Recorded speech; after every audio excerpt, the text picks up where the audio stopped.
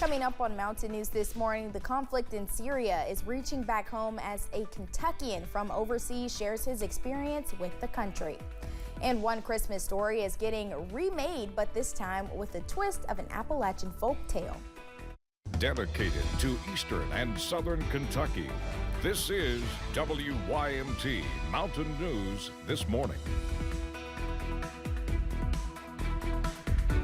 Good morning, I'm Madison Carmouche. Thanks for joining us this Tuesday morning. We are at December 10th, believe it or not. And let's check in with meteorologist Megan Dusmall for a look at your forecast this morning. It's not feeling like December, but I won't complain actually, because I think worse is coming.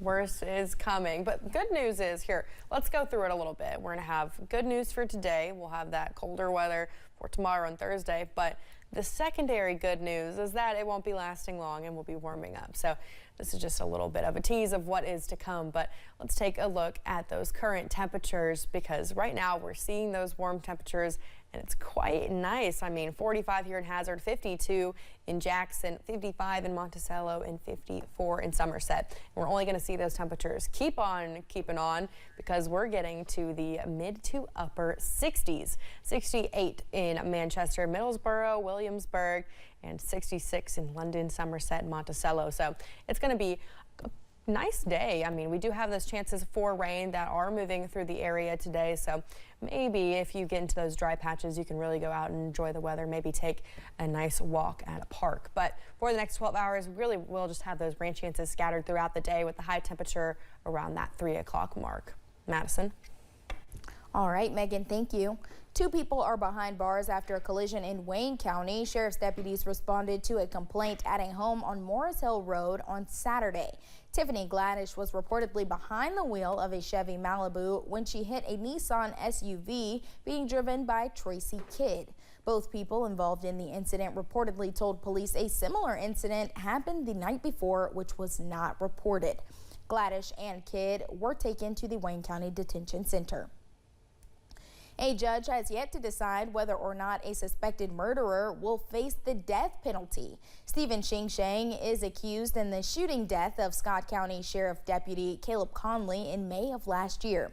Prosecutors are seeking the death penalty if he is convicted. His lawyers say it should be off the table because of previous diagnosis of bipolar and PTSD. However, a psychologist who took the stand says it has been nearly impossible to track down any record to support that claim. His next status hearing is slated for February 11th and his trial later that month. An owner of a cockfighting venue in Letcher County was sentenced to 8 months of home detention. The Lexington Herald Leader reports Robert Dwayne Baker pleaded guilty to a charge of conspiracy to commit animal fighting. As part of his plea, Baker also agreed to tear down the venue and forfeit more than $85,000 to the government. Police in Powell County are investigating a situation where a car went through Stanton and reportedly destroyed multiple mailboxes. Police say it happened during the weekend. They say multiple people were inside the vehicle. Anyone with information about what happened is asked to call Powell County Dispatch at 606-663-4116. Many in Kentucky are following the situation in the Middle East, including one man who is originally from Syria. Shaban Motamani says since he came to the U.S. in December 2016, he has been calling Danville home. Now he hopes to reconnect with his family overseas, some of whom have been jailed for much of the 13-year Syrian civil war. Shaban says as a father to younger children, it has been difficult to explain what this change means for Syria and for their families still there. We still have family in jails. We don't know anything about them till now. We are happy, but we get more happy if we find them alive. Motamani says in the past they were scared to mourn loved ones killed during the country's civil war out of fear for retaliation. He says now that feeling has changed.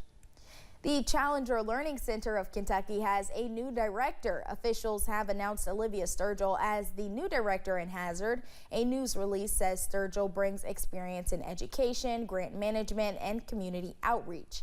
She also has a principal/superintendent certification. She succeeds Tom Cravens, who has been the center's director for 25 years. A new wildlife management area opened in eastern Kentucky, located in Clay and Jackson counties. Little Sextons Creek Wildlife Management Area comprises of more than 1,110 acres along and north of Little Sexton Creek. Kentucky Department of Fish and Wildlife officials say the property provides public access for hunting, fishing, hiking, and wildlife viewing, and is open under statewide regulations. The Kentucky Nonprofit Network is planning a regional forum in London later today. The forum is being hosted from 12:30 p.m. to 2 p.m. at the London Community Center. Leaders from nonprofit organizations in the area are invited to connect and discuss the latest issues and opportunities nonprofits face. Baptist Health is celebrating its 100th anniversary this year with a series of events, including a special December focus on system-wide blood drives. Yesterday, 2 Lexington locations partnered with the Kentucky Blood Center. KBC needs 400 donors daily to supply more than 70 hospitals. Officials stressed the importance of having donations ready for emergencies. KBC says O negative and A negative are in high demand. We need every donation that we can get when the weather is good, when people are healthy and able to come out and donate. Baptist Health has used more than 6,000 blood products this year, and you can mark your calendars now. WYMT will have its winter blood drive here at the station on Wednesday, January 8th. Christian Appalachian Project is set to have a toy distribution event later this week. The event, known as Operation Sharing, will be on Thursday from 10 a.m. to 2:30 p.m. at Owsley County Elementary. Lieutenant Governor Jacqueline Coleman is set to be there and will speak at the event. More than 2.8 million toys will be given to kids through CAP in Kentucky and Tennessee this Christmas season. A Christmas carol, but make it country. That was the task one local writer and entertainer was given by the Big Sandy Community and Technical College Theater last year. This show, he is showing his work with his home theater, and WYMT's Buddy Forbes was in the audience for a peek at the production. A 1, a 2, a 1, 2, 3. A Bluegrass Christmas Carol is our annual Christmas. Pike County playwright Trayton Blackburn was commissioned to put a country twist on a classic tale. Your girl is really something. Bless her heart. I love bluegrass music and I love A Christmas Carol, so let me think about it and see what I can come up with. So Blackburn, with the help of his wife Tara, created a story in which Charles Dickens' Scrooge is a bluegrass music producer in the fictional Howdo Valley, Kentucky.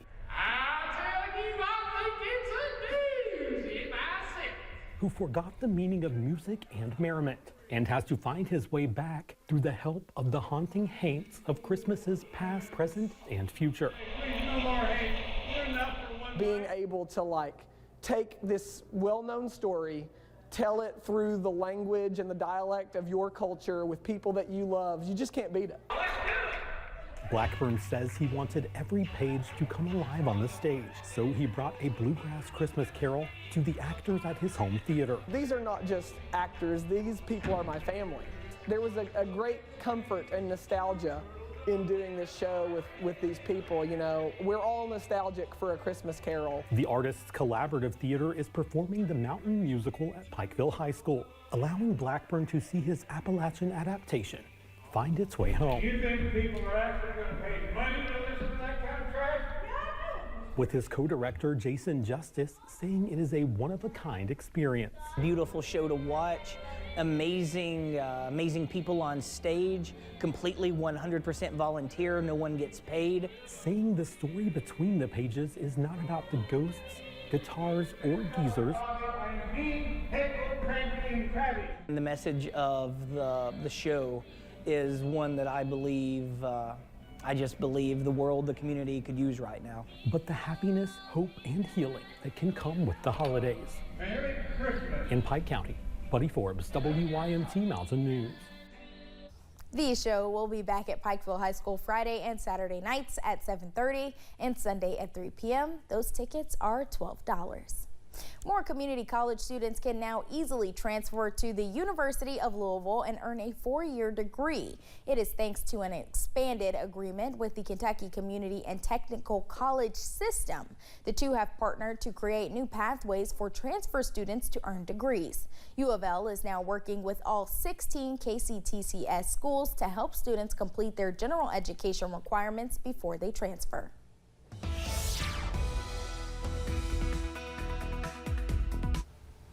We're watching live pinpoint Doppler radar this morning as the rain is moving throughout the area. Let's take a closer look at where some heavier rain is this morning. Zooming in, as you can see, towards Hardshell, we do have some more heavier rainfall, and that's continuing to move more towards the northeast. And let's move farther south. This is towards Manchester, and this system will be moving just a little bit more towards Big Creek and more towards Hyden as well as we're going through the next couple of minutes. So make sure if you are leaving this morning that you do grab that umbrella or raincoat, but you won't need a heavy coat today because those forecast highs will be in the mid to upper 60s. So quite a warm day, especially for how early in December we are, how far we've gone in December so far and how late we are in the year. But for that bus stop forecast, if you are heading out the door, 52 degrees on the way to school. You will have those rain chances, and by the time you're heading home, 64 degrees with those rain chances as well. Madison. All right, Megan, thank you. Yesterday, family and friends gathered to celebrate and reflect on the life of Bernie Faulkner. Faulkner was an Eastern Kentucky native and former member of the band Exile. His visitation and funeral was hosted at Davidson Baptist Church. The church was filled with more laughter than tears as folks made their way to the podium to share their fondest memories of Faulkner. Several of his former bandmates made it to the service to honor their old friend. He was so dedicated that I always felt like I was his #1 fan. I always thought, and I told him several times, I'll live long enough to see you walk onto that stage and get that Grammy. I'll see you get that, Bernie. And he appreciated that. Faulkner died December 1st at the age of 77. Thank you for joining us. The time is now 6:41. Still to come on Mountain News this morning, it's supposed to be a time of year where people cherish their loved ones, but a new study shows how the holidays can take a toll on your sanity.